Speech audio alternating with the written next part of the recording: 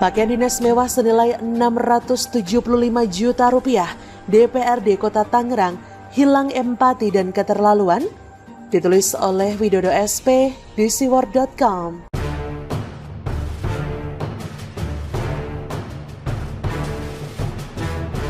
Keterlaluan, hilang empati. Itulah kesan yang saya tangkap begitu membaca berita pemborosan uang yang dilakukan DPRD Kota Tangerang terkait anggaran pengadaan baju dinas pada 2021 dengan nilai lebih dari 2 kali lipat dibandingkan dengan nilai anggaran pada tahun sebelumnya. Temuan itu diperoleh dari lansiran Kompas merujuk pada situs lpse.tangerangkota.go.id di mana anggaran pengadaan bahan pakaian DPRD Kota Tangerang 2021 disebut mencapai 675 juta rupiah setelah pada tahun sebelumnya hanya ada di kisaran 312,5 juta rupiah. Naiknya anggaran ini saja sudah bikin geleng-geleng kepala karena dilakukan pada masa pandemi di mana sebagian masyarakat sedang berjibaku mengatasi dampak pandemi COVID yang menghantam ekonomi mereka dengan keras. Amarah kita niscaya akan lebih berkobar saat mengetahui bahwa anggaran fantastis itu terkait pemakaian bahan pakaian dinas itu, di mana salah satunya berasal dari merek ternama Louis Vuitton yang direncanakan akan menjadi bahan pakaian dinas harian para anggota dewan berjumlah 50 orang itu. Jadi masih menurut lansiran berita yang sama, anggota DPRD Kota Tangerang dibekali dengan 5 setel pakaian dari 4 jenis bahan pakaian berbeda untuk keperluan pakaian sipil lengkap PSL, pakaian sipil resmi PSR, pakaian sipil harian PSH, dan pakaian dinas harian PDH. Bahan Louis Vuitton sendiri rencananya akan dipakai untuk pakaian dinas harian sebanyak 2 setel untuk setiap anggota dewan. Sementara 3 bahan sisanya jangan dikira akan diambil dari merek biasa saja ya, karena rencananya 3 jenis bahan lainnya akan menggunakan bahan Lanivisio di Calvino, Theodoro, dan Thomas Crown. Kita hitung-hitung ya sekarang, dengan patokan 675 juta rupiah yang kalau dibagi rata untuk 50 anggota dewan, maka setiap orang akan mendapat anggaran 13.500.000 rupiah. Angka tersebut untuk 5 setel pakaian yang kalau dibagi rata-rata saja akan diperoleh angka 2.700.000 rupiah untuk setiap setel pakaian. Tapi lucunya ketika coba dikonfirmasi, Ketua DPRD Kota Tangerang Gatot Wibowo seperti main pingpong dengan melempar bola ke Sekretariat DPRD Kota Tangerang yang dianggapnya lebih tahu soal rencana pengadaan pakaian ini. Sementara ketika dikonfirmasi juga, Sekretariat DPRD Kota Tangerang Agus Sugiono mengaku bahwa dirinya tidak memantau perbedaan anggaran pada tahun ini dan tahun kemarin. Loh, terus kita mau tanya ke siapa kejelasannya? Anies Baswedan? Bisa dilebihin bayar baru nyahal lupa deh. Hahaha. Temuan adanya anggaran fantastis ini sungguh luar biasa karena dilakukan di tengah pergumulan ekonomi berat sebagian masyarakat kita, terutama dari kalangan kelas menengah ke bawah. Pemakaian material pakaian kerja yang jelas tidak murah juga patut mencuatkan pertanyaan. 1. Apakah harus merek-merek seperti tadi? 2. Kalau pakai merek lokal apakah harga diri mereka lantas terjun bebas? 3. Apakah anggaran yang harus dinaikkan hingga 2 kali lipat lebih? 4. Apakah mereka tidak paham bahwa ekonomi sedang sulit? Silahkan teruskan sendiri keempat pertanyaan tadi ya kalau misalnya belum puas mengajukan pertanyaan. Meski kita tahu kecil kemungkinan akan digubris kecuali kita bisa memastikan pembahasan soal kontroversi ini akan dibawa ke acara mata. Maksud saya kick and di double check. Kalau mau dibahas bersama Deddy Corbuzier juga seru tuh, asal narasumbernya tepat. Bagi saya perilaku semacam ini sudah di luar batas. Kenapa tidak bisa empati dikit sih? Kalau misalnya pakai bahan dari merek yang biasa, asalkan nyaman dipakai, emangnya kenapa? Apakah khawatir badan anggota dewan itu lantas gatel-gatel karena alergi? Kalaupun harus berpakaian serba baru, apakah tidak bisa untuk tahun ini saja? Tidak usah 5 setel pakaian yang disiapkan. Bisa dikurangi menjadi 3 atau 4 setel saja kan bisa diupayakan. Iya, saya kok sepertinya lupa ya, sedang membicarakan anggota dewan dari Indonesia yang selalu bisa ditemukan hal-hal mencengangkan dari perilaku mereka ataupun kebiasaan menggunakan uang rakyat secara maksimal. Tapi giliran rapat, kita sering dengar mereka dianggap hadir tapi orang-orangnya tidak di tempat alias nggak kelihatan. Kita belum lama ini mendengar ada anggota dewan ketahuan berpesta narkoboy bersama 5 wanita seksi. Juga beberapa kali pemberitaan sikap arogan oknum anggota dewan terkait pemeriksaan di pos penyekatan. Dan masih banyak lagi berita miring kalau mau dibikin daftarnya. Kalau dari saya, selain desakan agar Ketua DPRD Kota Tangerang membatalkan rencana pengadaan pakaian dinas ini kalau belum terlanjur loh ya.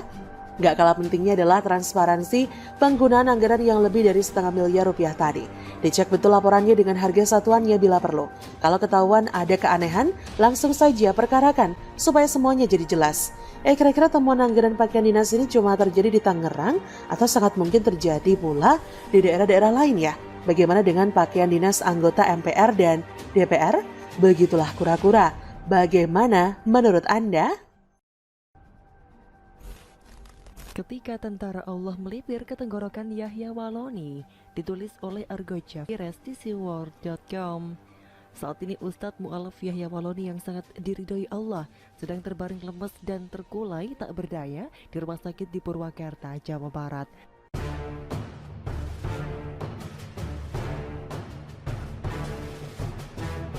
Sebelum berlanjut, silakan untuk klik tombol subscribe dan nyalakan loncengnya agar Anda yang pertama kali mendapat informasi dari kami.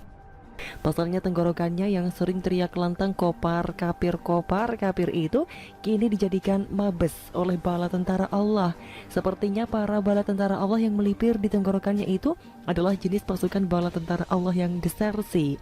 Masa orang soleh pemegang kunci gerbang kerajaan surga yang ceramah di mana-mana, rajin berwudu dan selalu menjaga kesucian, kok bisa didatangi para pasukan bala tentara Allah? Apalagi Yahya Waloni juga nggak makan daging babi rica-rica, nggak makan daging guguk, apalagi bipang itu. Beliau hanya makan daging binatang yang halal dan disembelih, makan daging yang dimasak, bukan yang mentah. Beliau juga nggak makan darah seperti para kaum kafirun, sebab Yahya Waloni sangat ngerti dalam darah bersemayam beragam bakteri penyakit.